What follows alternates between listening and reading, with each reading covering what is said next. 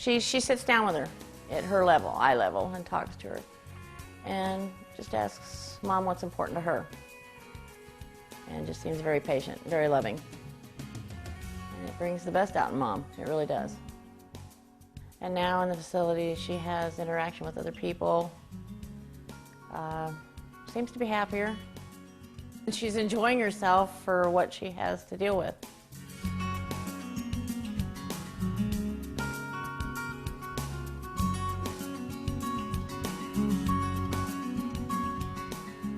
When working in an assisted living community, caring for persons with dementia, we look beyond simply medical-based interventions in caring for our residents. Sure, it's important that there is a physician involved in the medical management of the resident. Yes, it's important they receive their medications on time, their fundamental physical needs are met, incontinence needs, and so forth. However, there are fabulous interventions that we as care providers can carry out that really make life meaningful for the people we care for.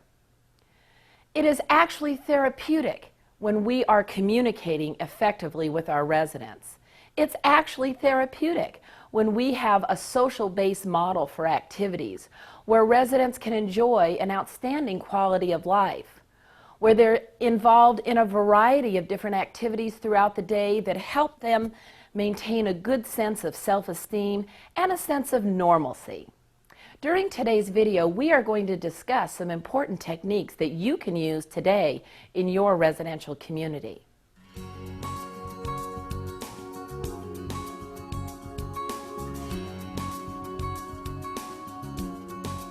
Our residents with dementia are sometimes challenged with communication problems. When a resident cannot express themselves clearly, they become obviously frustrated, and likewise, when a resident cannot understand the instructions perhaps a caregiver may be giving them, they also can become highly agitated. First off, we want to consider our approach towards the resident. What's the look on our face? What is our body language saying? We want to make sure that when we are going to communicate with our resident that we have a positive approach, a pleasant smile on our face. Communicating with your dementia resident isn't a complicated process. It's always best to make it a comfortable situation. Engage the resident in eye-to-eye contact.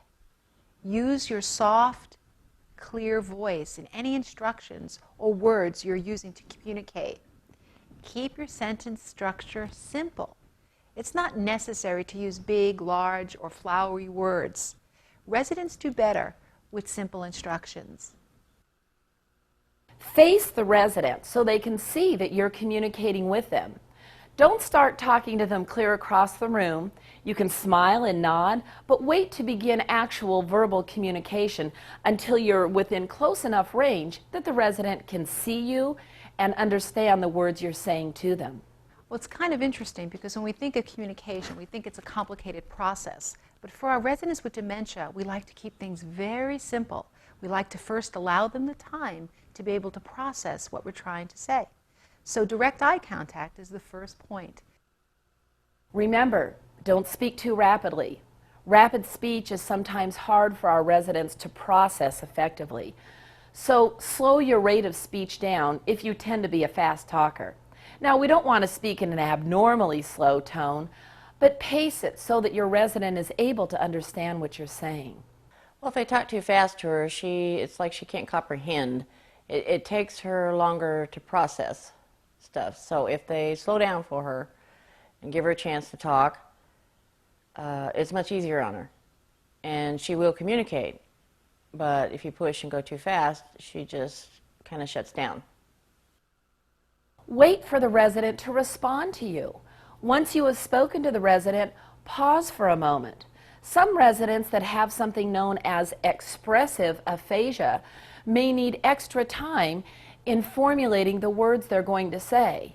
If we interrupt them or start speaking for them too quickly, then that can break their train of thought and they become frustrated because they're not able to tell us something that is important to them. It's often helpful when speaking to the resident if you will put a noun in front of the sentence to help them focus on what you're going to talk about. So for example, if I want my resident to drink some juice, I may come up to them and say, cranberry juice. Here, George, I brought you a nice glass of cranberry juice to drink. Hope you enjoy it. That way I have him focus that I'm going to be talking about the cranberry juice. That's what I'm after. That's the purpose of this communication. If a resident doesn't understand you the first time you say something, repeat the sentence again to the resident. Try not to use entirely different words because now the resident is having to process a whole new set of words. So if you say, Charlie, let's walk this way, and he looks a little puzzled, repeat it again. Charlie, let's walk this way, and see if Charlie responds. Cueing and modeling can be very helpful for residents with dementia. For example, if you have placed a toothbrush in the resident's hand and you want him to brush his teeth, sometimes modeling the behavior, the resident will then understand what it is you want him or her to do. Often it's necessary to prompt your resident by physically showing them or cueing them what you want them to do. For instance, if you want them to sit on a chair, you may want to first beckon them to come in your direction and verbally ask them to come.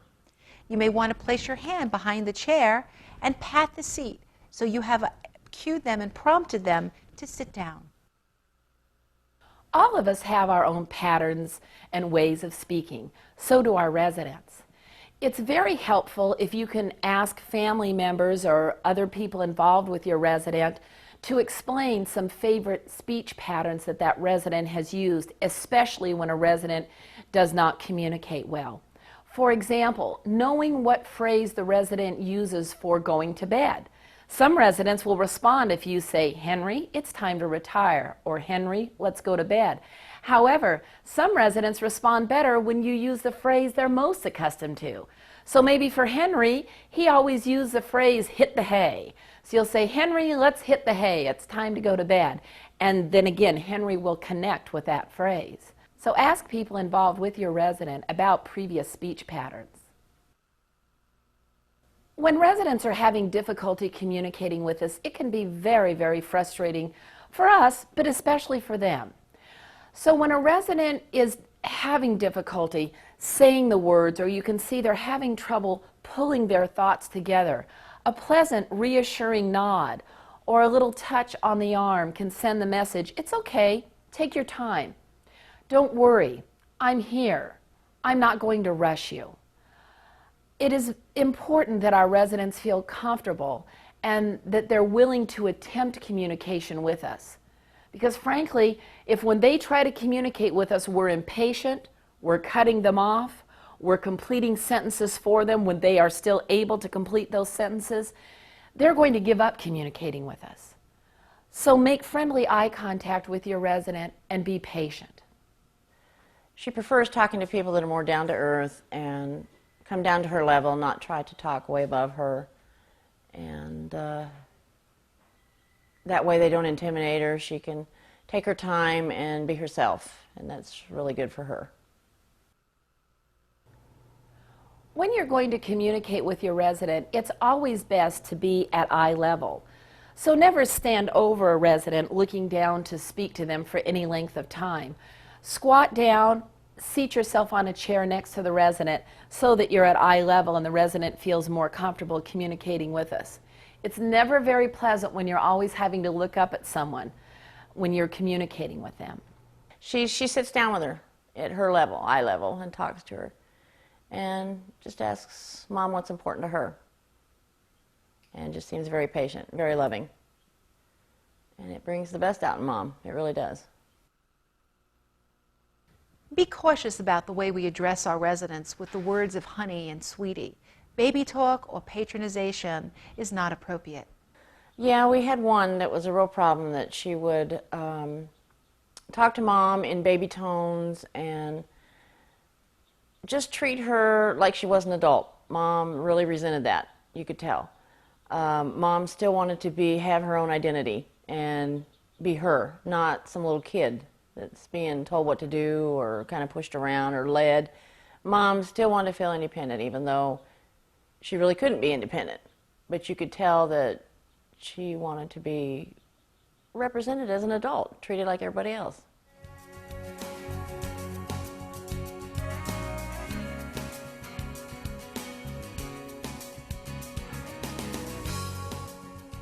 Don't forget, when there's a task to complete, it's always necessary to break down the tasks. Breaking down the tasks means that step by step, you have them complete a portion of the task until the whole task is completed. Let's take, for instance, a task you'd like the residents to complete during an activity. Well, let's say we're going to do some gardening. If I just put the dirt out with the plants that you're going to garden in the pot, and perhaps a tool that you may use to scoop the dirt, well, what are we supposed to do first? At least that's how the resident would be thinking. All the instructions in order to properly plant would be overwhelming for the resident. It's best to simply say, here's some dirt. Let's put the dirt in the container. And one by one, or step by step, we assist them in placing the dirt in the container. Of course, there's lots more steps to planting, but at least they have completed the first task.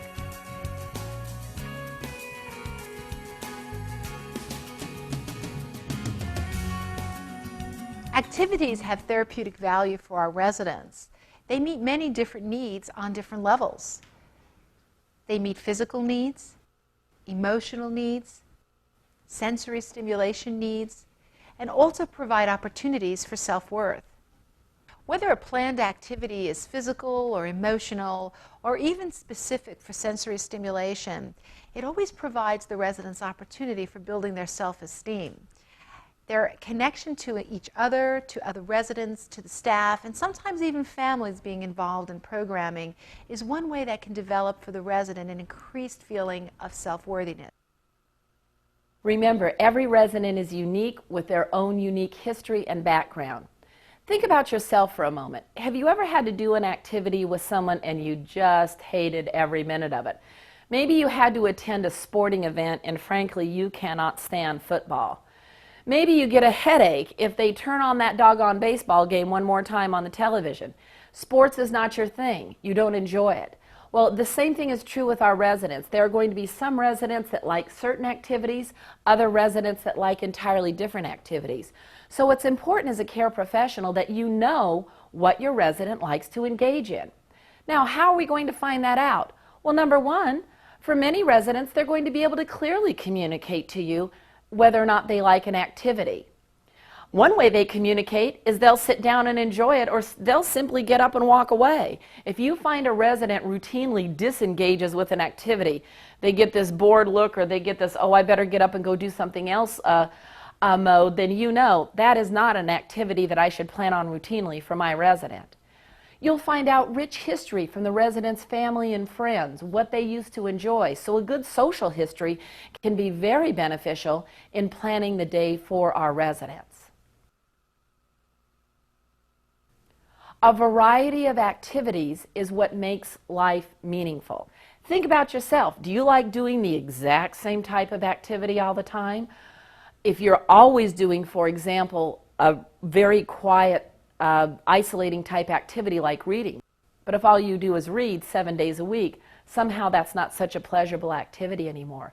So variety is important. They don't necessarily have to be recreational events. Eating, sharing snacks, talking, sharing time with a friend or a buddy is an activity as well as sitting down and doing a craft.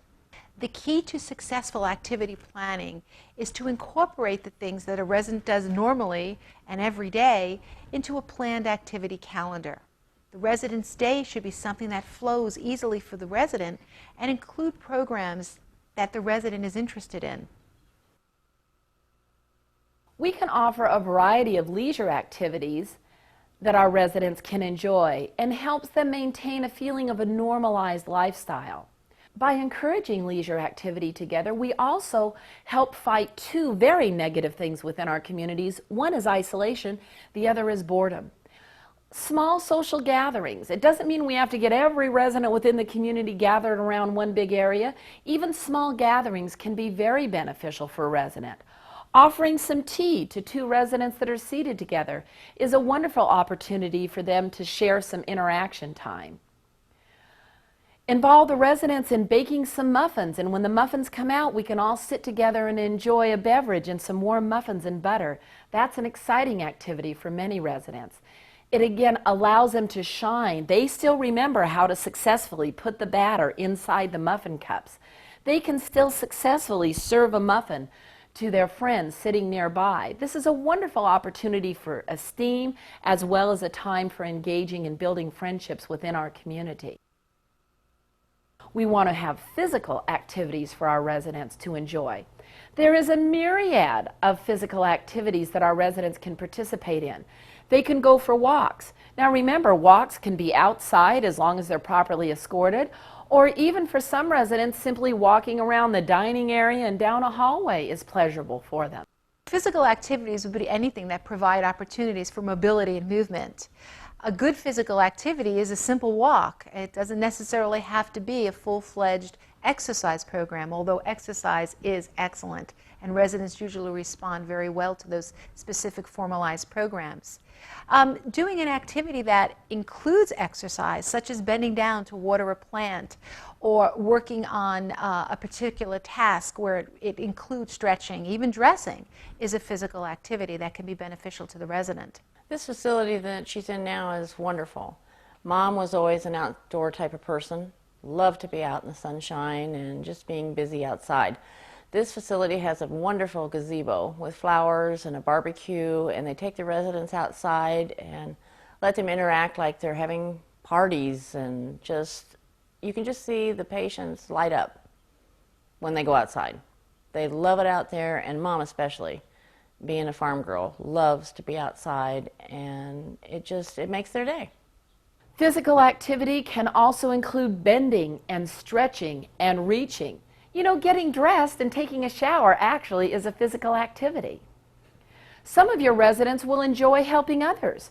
Perhaps while you're walking close by, a resident can push another resident in a wheelchair. That helps them feel important and needed, and you can thank them for their contribution. Residents can also enjoy using exercise apparatus. One thing we very often use in care communities are balls, gentle balls that can be tossed. Tossing a ball can also be beneficial because it helps the residents continue to have good reaction time and be spontaneous with their muscle movement. Kneading bread or maybe forming something out of clay is also good physical exercise. Don't forget dancing. Not all of our residents will be able to get out in the middle of the dance floor, but even just swaying to the music in their chair can be enjoyable. Dancing is an excellent activity. What you have to gauge as a caregiver is to make sure that the mood is right. Wonderful, fast-moving music can be something real beneficial for a resident that they may enjoy. On the other hand, a mood swing could dictate that we need calming music and slow movement to accompany that calming music. Even pet visitors or children that come to visit the community can be a physical activity. Bending down to look at a book with a small child or reaching over to pet the visiting dog, all of that involves movement. Raking leaves or sweeping with a broom, folding towels or linens definitely involves physical activity. So again, knowing what your residents' capabilities are, making sure you're not exceeding their capabilities with physical movement and exercise, and providing a variety of activities to do can be most beneficial.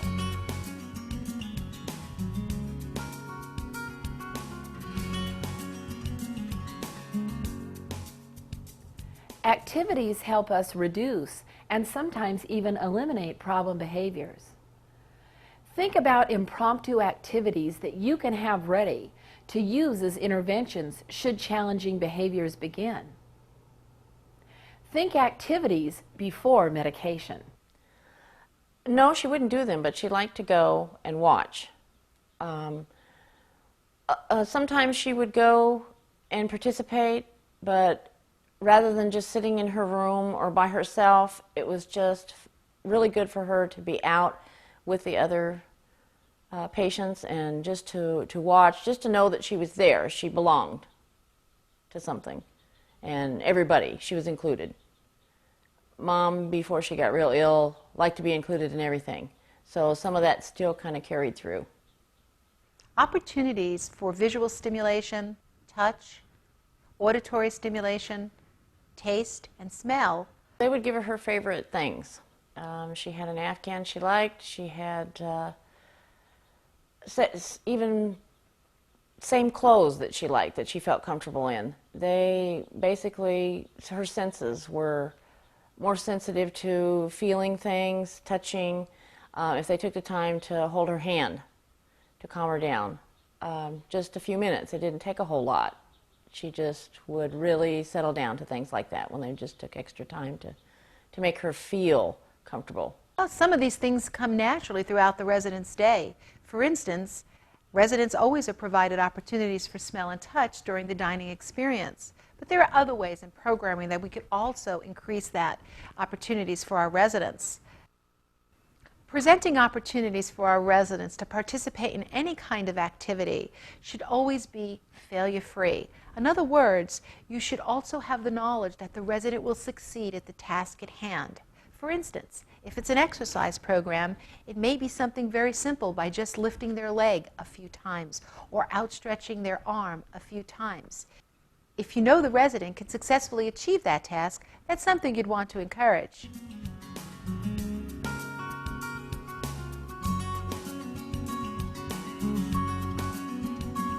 How we present a resident with a specific activity can trigger an emotional response. Reminiscence has been known to be very effective for residents to express themselves in an emotional way. Reminiscence really includes the fact that we are talking about familiar things of the past. Things that are familiar to a resident may be things that are common to all of us. It could be about a holiday, it could be about children, or perhaps eating and enjoying a favorite food item such as ice cream, and reminiscent about all the memories that elicits with us. It usually can be held on a one-to-one level, and it can be held in a group situation. Each are effective. The resident is able to express the emotions that are attached to that particular memory. There's a great variety of subjects for reminiscence. In fact, any subject can be a reminiscence subject. It's how you present it to the resident.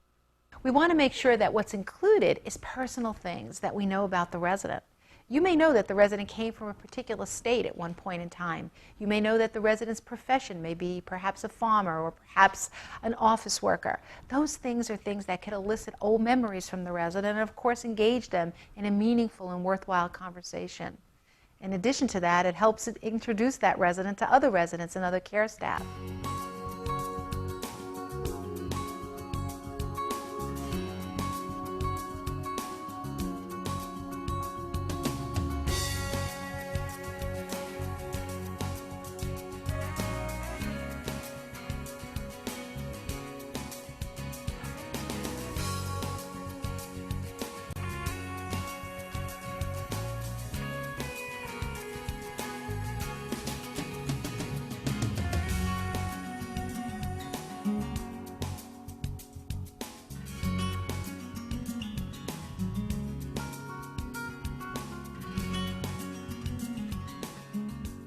Let's talk about normalizing the resident's day. First off, you as the caregiver and the colleagues that you work with need to think ahead and plan the day for the resident. Structure is very helpful to persons with dementia, but notice we said structure, not rigidity. We're going to make plans so that there's something interesting for the resident to be involved in throughout the day and nighttime hours as well when necessary. But we also have to know that sometimes residents may not be in the mood to do exactly what we have planned at that moment, so we may have to get creative and do something entirely new. But generally speaking, meals at a specified time, physical activity at a specified time, grooming at particular times of the day are very beneficial for the persons with dementia because they don't have to learn a whole new routine every day. They can become accustomed to the pattern. Dementia residents respond to routine. The routine program should meet all resident needs, provide stimulation, and be fun. The routine program should be flexible when needed. The routine program should flow to maintain calm, casual, non-demanding atmosphere.